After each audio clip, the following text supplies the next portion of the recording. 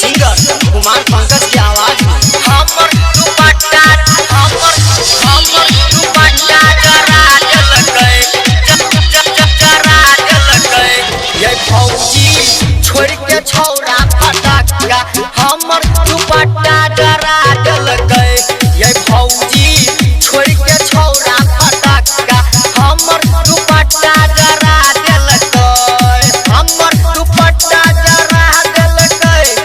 हमर दुपट्टा जरा जलकै ये फौजी छोड़ के छौरा फटक्का हमर दुपट्टा जरा जलकै ये फौजी छोड़ के छौरा फटक्का हमर दुपट्टा जरा जलकै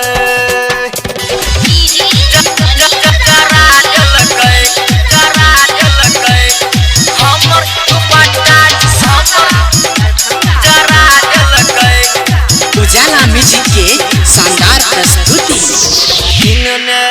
रहिए जाके बजरिया दस के भौजी 3000 ये भौजी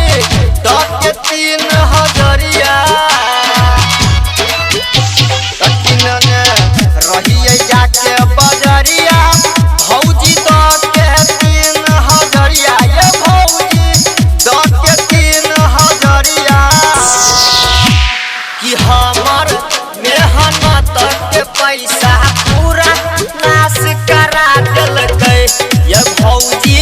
छोड़ के छौरा फटक्का हमर दुपट्टा जरा देलकै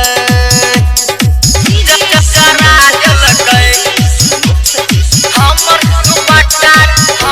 दुपट्टा जरा देलकै जरा देलकै उजाला म्यूजिक के शानदार प्रस्तुति। तो अपना के कहै छै राइटर ओकरा होय नै छै डर भर ये भौजी होय नै छै डर भर तो अपना के कहै छै राइटर ओकरा होय नै छै डर भर ये भौजी होय नै छै डर भर तो कहि के राजा पंकज से ओकरा हम तो मार खिया देबै ये भौजी छोड़ के छौरा फटक्का हमर दुपट्टा जरा देलकै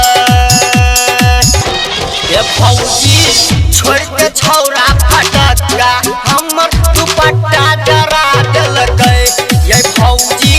छोड़ के छौरा फटक्का हमर दुपट्टा जरा देलकै हमर दुपट्टा जरा देलकै हमर दुपट्टा जरा देलकै ये भौजी छोड़ के छौरा फटक्का हमर दुपट्टा जरा देलकै